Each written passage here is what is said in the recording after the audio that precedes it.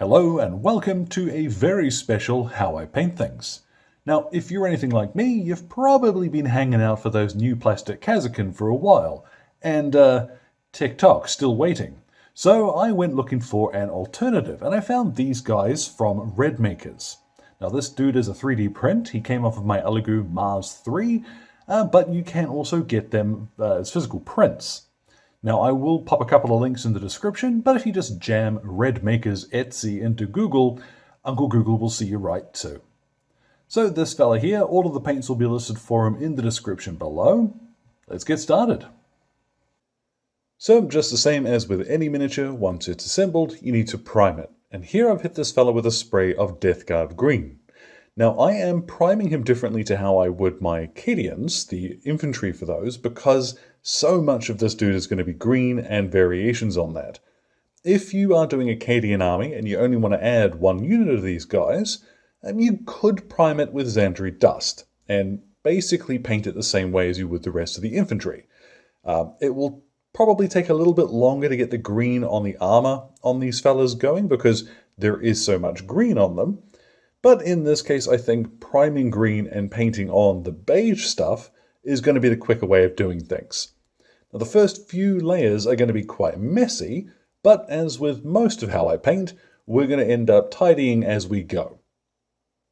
So, starting from the bottom, our first layer is going to be Zandri Dust.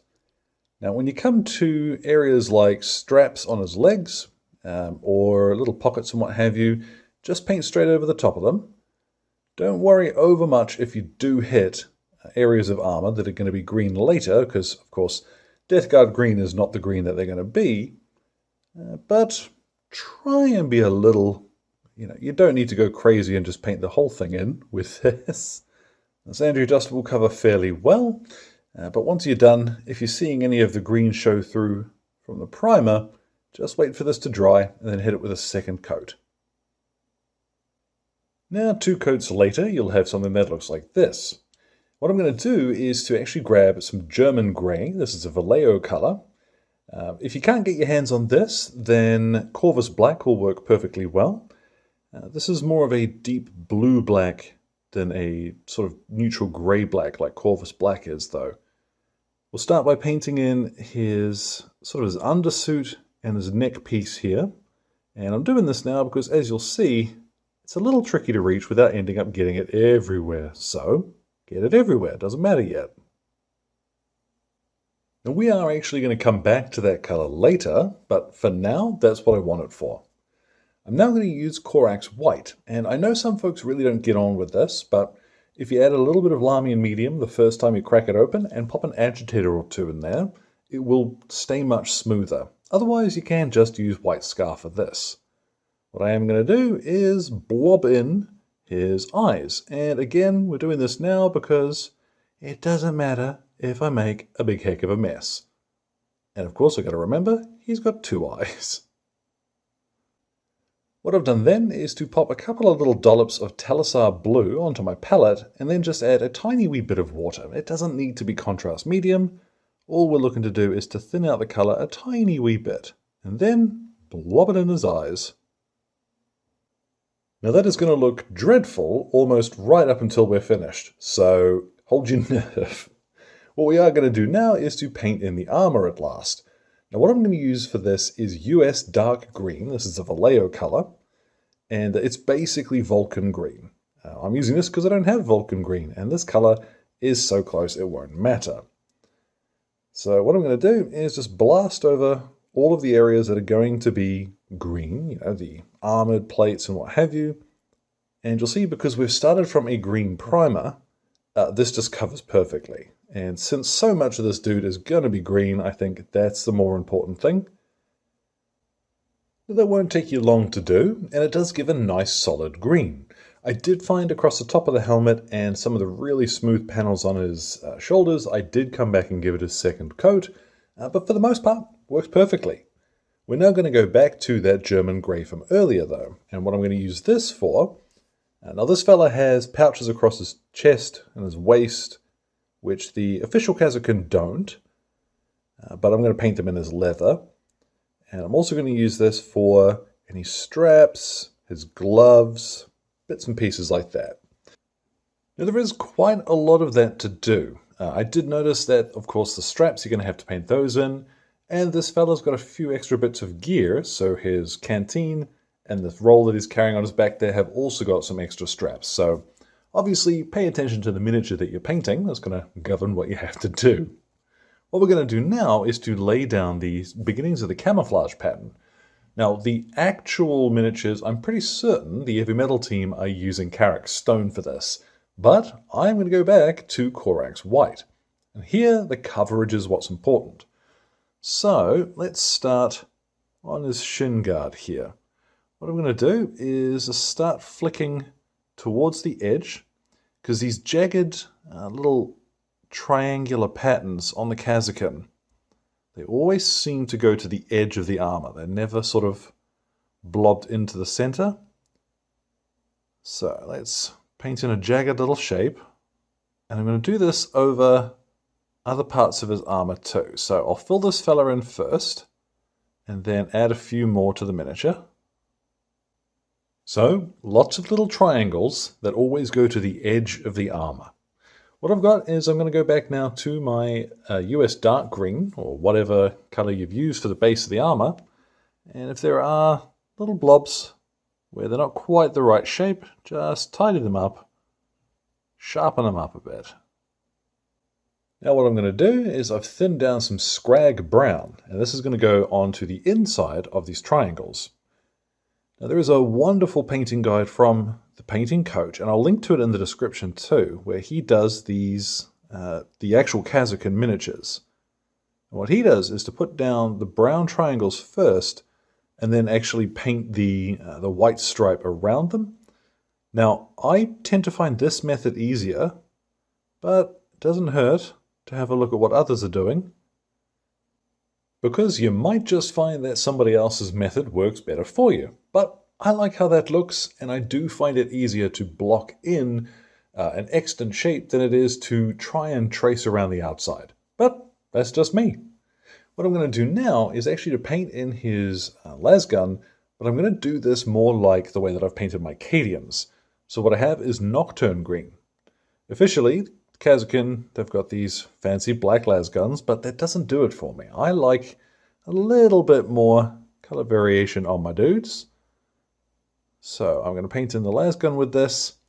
And as well, there are a few little jaggedy extra pack bits, which I'm going to paint a little bit more interesting with some Nocturne Green.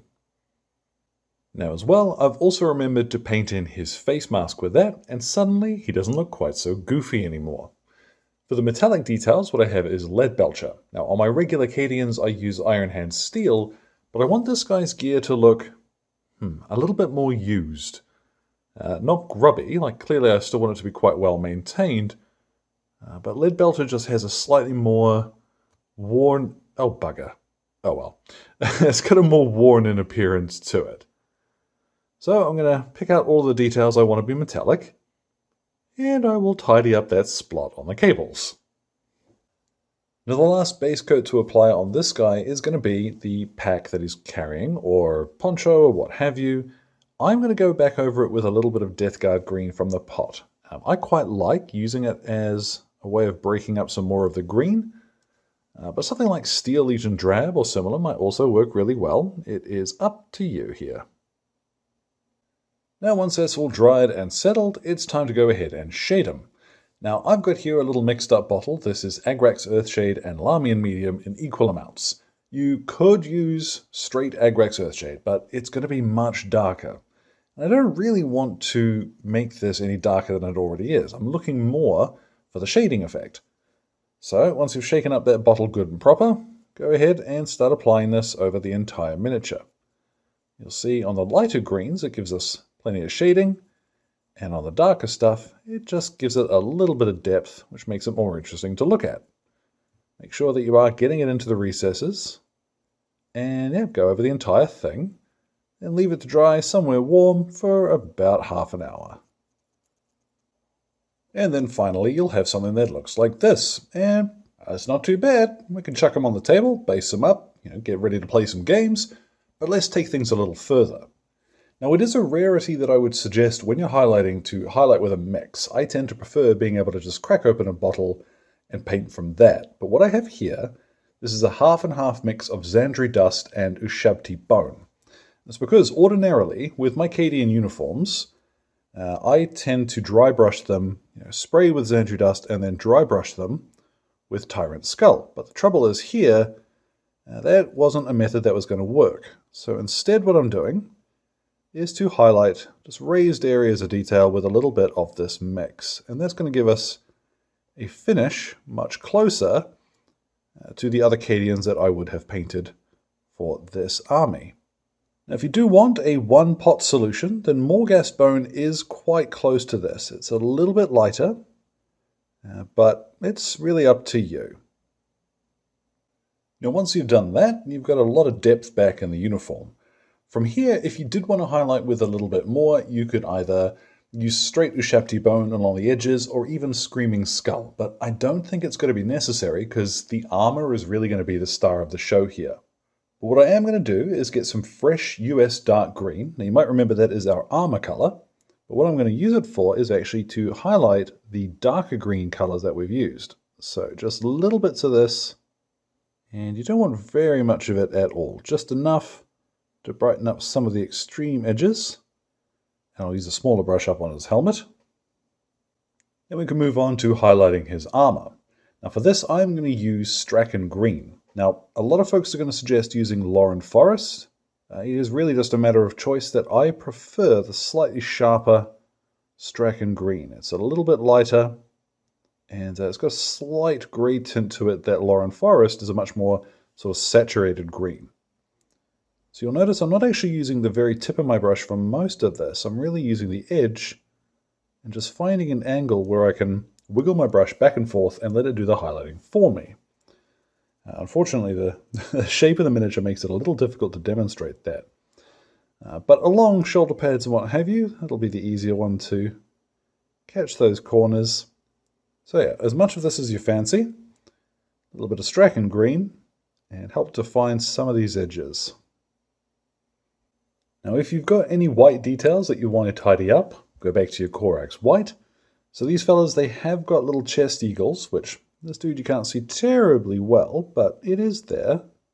And same too, I'm also going to dot in the skull on his pack here, and the little lamp on his helmet, which I haven't actually covered in yet. Then over that little white dot, we'll add some Baal Red. If I can get this at the right angle, life will be great. Now to highlight the black leather, I'm going to use here Stormvermin Fur. Now really this is up to you how you want this to look. I'm going for that sort of muted finish, he said, whispering, because I'm concentrating. But if you want a more blue-black finish, like a shinier leather, then something like Dark Reaper or even Thunderhawk Blue can work very well here. Now there is one last thing to do, and that's going to be to highlight the metal stuff. But before I do that, I'm actually going to varnish them. Now I'm using here, this is Varnish Plus from Instar, and it dries super, super matte. So I'm putting this on now because it's going to matte down everything.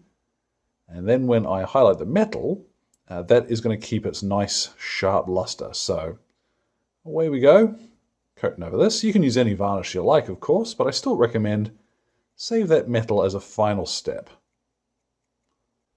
And what a difference a good varnish makes. What I've got now, this is steel. This is a VALLEJO Model Air color. Now you can just use, Stormhost Silver here instead, but I tend to find that these Model Air colors, they just flow a little bit more easily off the brush. So what I'm going to do is finish off highlighting the metal, go ahead and pop a base on him, and let's get a look at what he looks like once he's all finished. So there at last, our Imperial Infantryman, or Kasrkin proxy, I don't know quite what you'd want to call him, is complete. And I really had a lot of fun painting him. Like I mentioned, as I was, there are a few ways that you could definitely take it a little bit further. In particular, highlighting his tunic and his trousers with a little bit of Screaming Skull, I think would add a whole lot, but I'm more than happy to put that on the table. This fella here is looking cool. So as always, thank you very much to Exit23 Games for the light and sound equipment, as well as all of the wonderful patrons who are keeping me ticking in paints and glue, including this list of extremely handsome and wonderful people on screen now, my producers, and they are a huge part of why I'm basically able to keep doing this. So thanks very much to them and everybody else who's contributing. If you've got any questions or anything, feel free to drop them in the old comment box below. My Twitter and Instagram are both linked there too. So thank you very much for your time, one and all, and you all enjoy the rest of your day.